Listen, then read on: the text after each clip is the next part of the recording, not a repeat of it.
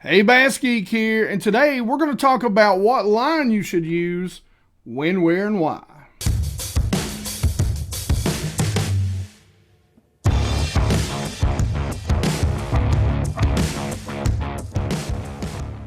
I know there's a ton of lines out there: copolymers, fluoro, mono, braid, braid for this, braid for that, fluoro for this, fluoro for that, copolymer for this, copolymer for that, mono for this and that and the other. Today we're going to break it down. We're going to make it very simple. We're going to keep things very, very simple for you guys who are beginners.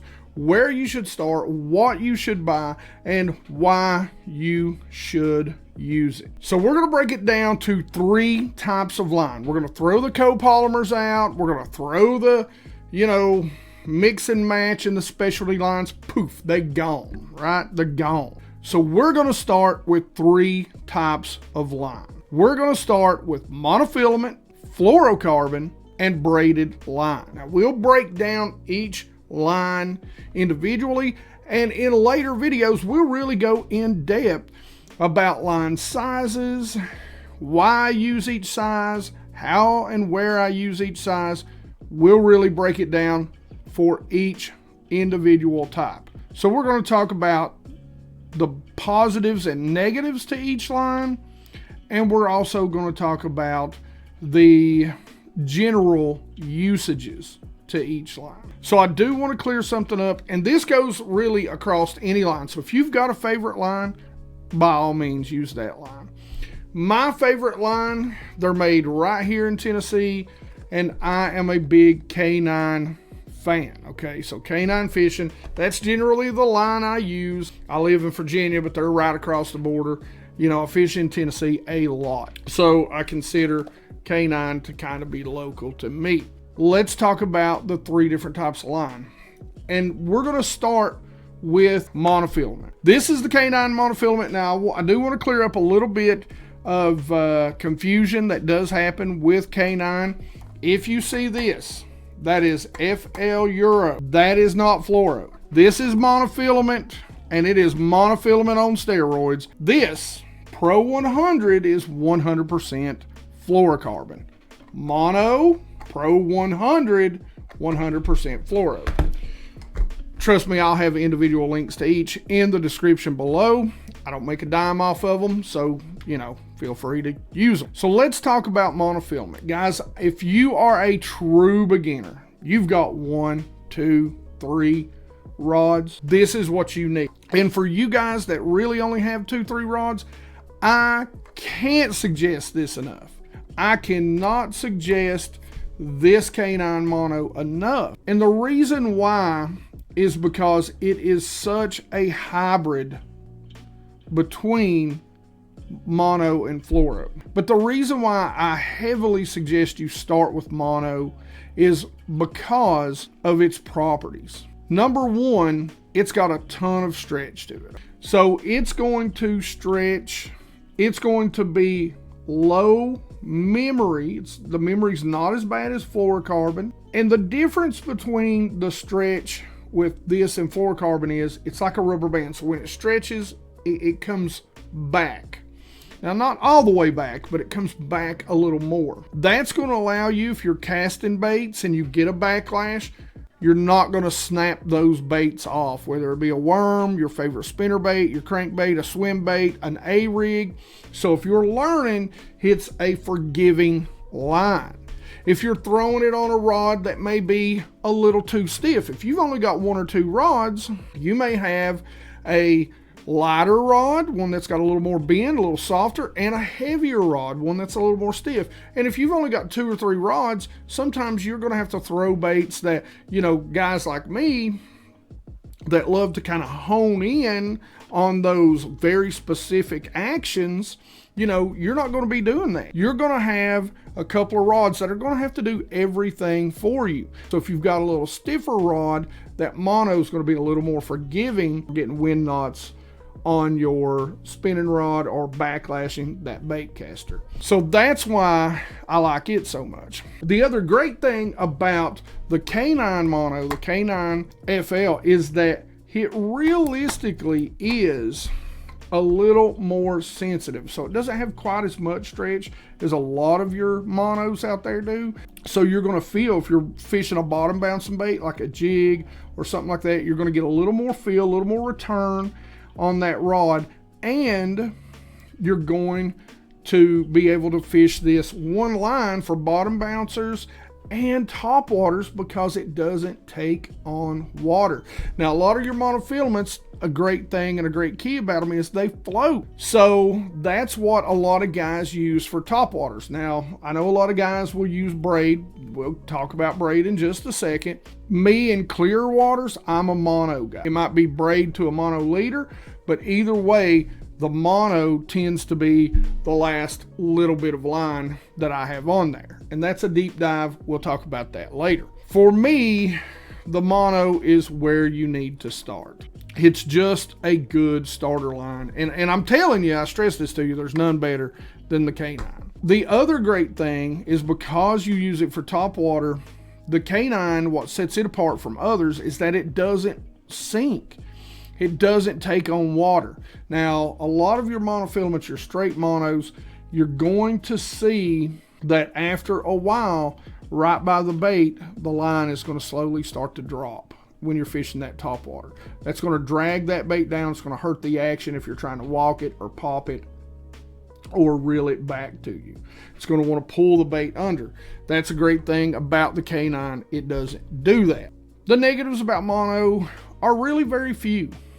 And it's kind of some of the pluses, which is weird. But the negative is in a situation where you really need to feel every rock, every small nip, mono's going to be a little more stretchy. So sometimes you're not necessarily going to always feel every single bite, or you're not going to feel every single limb, tick, or whatever. A lot of that can be changed with the type of rod. So you can use a stiffer rod and offset that sort of flex and get more feel. But mono really is a great line. And guys, I'm telling you, the K9, because it is, as the owner tells me, mono on steroids. It's really, really a great line for the beginner. For anybody to start with and go out there and fish the ponds, the lakes, wherever. And you can spool it up on anything and go straight to fishing and catch fish. What I use it for 90% of the time, it's going to be top water and it's going to be heavier baits. Those A-rigs, those bigger swim baits. It's going to be for those baits I might need a little extra stretch so that I don't snap them off and break those expensive baits. I will say, again, for you beginners, this is an all-around great. And it's actually a line that I've started using for my shallow water crankbaits also. I don't like a buggy whip. I like a stiffer rod. And so for me, this line, when I'm using my shallower crankbaits, and when I say shallower crankbaits, I mean probably mid-depth divers, 14 and less. This is the line that I use. I still get great feel. It still gives me a little bit of stretch, and I get to use that stiffer rod, which really translates every single bump, stump, and hump to my hand. But for beginners, this is all you need right here. It's all you need. So now let's move on to braided line. So braided line is on the exact opposite end of the spectrum. It is a woven line. For you guys that's never seen it, never used it, it really is almost sewing thread. But that's kind of how I can relate to you of what it is if you haven't seen it before. The qualities of braid is it's really almost completely zero stretch. You're going to feel every single little thing if you're fishing it on bottom. The other positive, it floats. Now it will take on water and it will slowly begin to sink, but it does float for the most part. So it can be fished with top waters. The other thing is that it's generally a smaller diameter than monofilament or fluorocarbon. So you can take the same monofilament or fluorocarbon, say 10-pound test, and braid. That braided line is going to be much, much thinner but it's going to be just as strong, if not stronger. So that means it's smaller going through your guides. It's going to cast farther. But now remember, there's no forgiveness to braid. So if you're new at casting braid, be prepared. Because if you backlash braid, you're going to be cutting it off a lot of times. So, really, really tighten things down on those reels if you're casting on a bait caster. And slowly let it off, because it is a not very forgiving line. Knots tend to slide on it, so here's some of the negatives. Knots tend to slide. If you put it straight on a bait caster, sometimes it's slick, so it tends to spin a lot on the spool. So if you can't tie it to the spool, you need to put something on it to keep it from spinning, like a little piece of tape or something to that effect. A lot of different ways to do it. It's high visibility, so that's why you heard me say earlier, a lot of times I'll use braid and then use a mono leader, so much of monofilament to kind of keep that big or thin spaghetti noodle, floating on the surface, out of sight of the bass when I'm fishing. So uses for braid, like I said, top water, because it's highly visible in the water. If you're going to use it in open water, it's better if you use it in dirtier water, so it's not seen near as well. Another great thing about it is that it's great to flip grass with. Now, I don't like braid around wood. It creates a vibration. Even the smoothest does it. It creates a vibration after some of the wax wears off. And I think it's easier to get it caught in the bark or certain crevices of the wood. But it's great for grass. You don't flip anything else. If you're flipping heavy mats, grass braid is where you go. K9 has, flipping braid. They've got crappy braid, which is one of their #1 sellers. They've got 9-strand, which is a super thin. 9 strands, it's super thin. That's a great braid. And then they've got some of my favorite, which is the 8-strand. And some of the reasons why it's some of my favorite is because it comes in this awesome, highly visible color. Applications, again, one of my favorite things to do is spool it up on spinning rods. Another advantage to braid is that it is 0 memory. This most monos tend to have a little bit of memory to them. Fluorocarbon is the worst.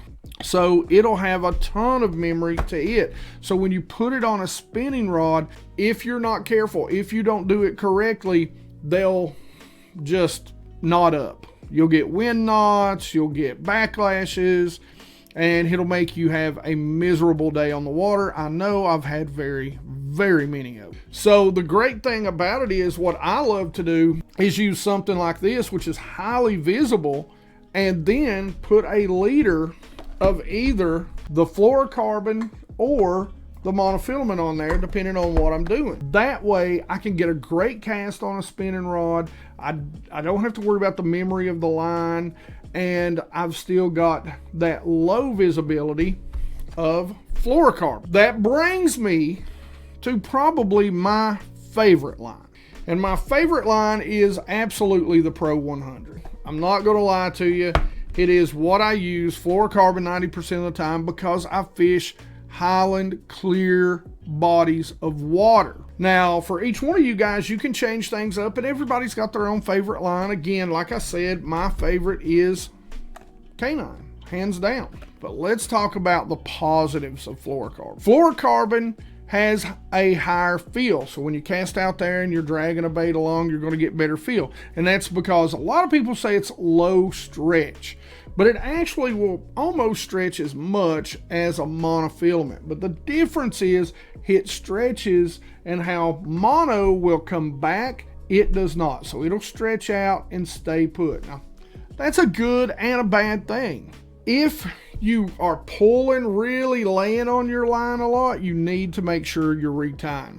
because that stretch means it's also damaging the line. It's heating it up and making it more brittle. So there's one of your negatives. It is pretty abrasion resistant.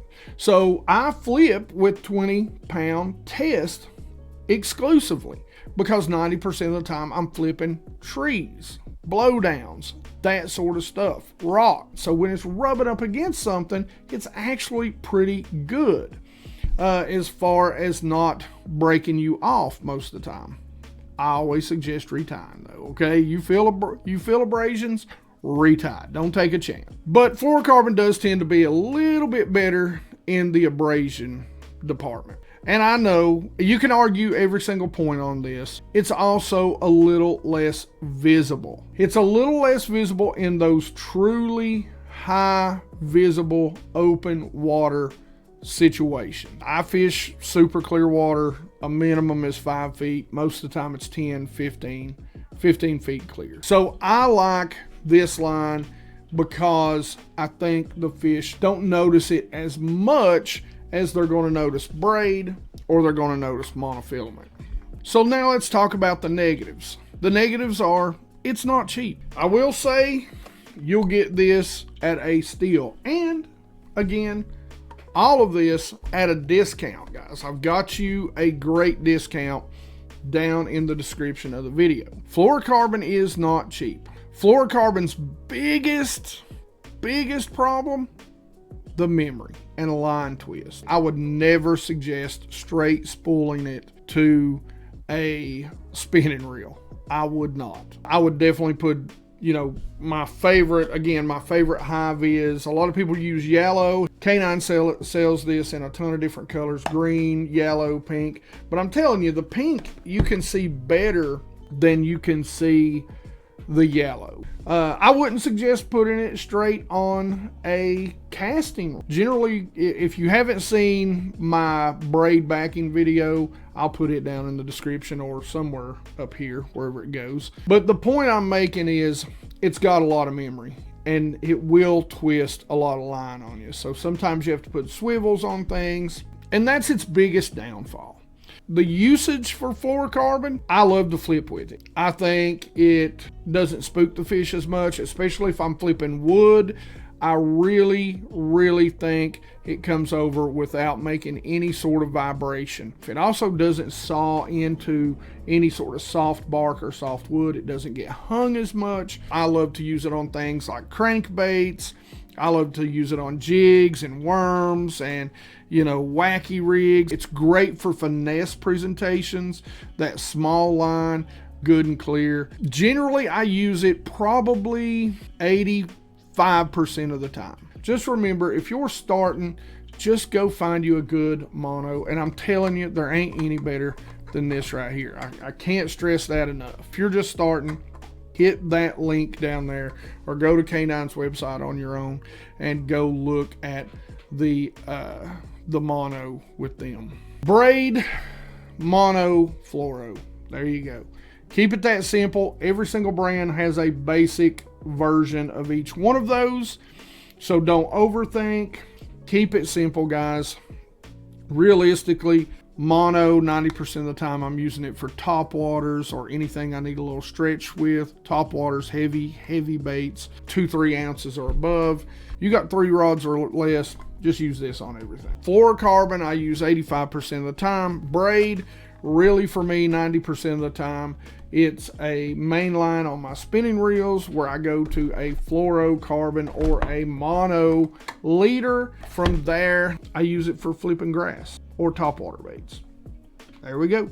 I hope this helps you beginners out in what line you should really pick up and start with. We'll deep dive each line and really talk about line, test weight, diameter, and where specifically what baits I use each one of them on and how I put it on the reel. We'll do that in some more videos coming up. As always, guys, questions and comments in the comment section below. You guys know I love to talk fishing with you.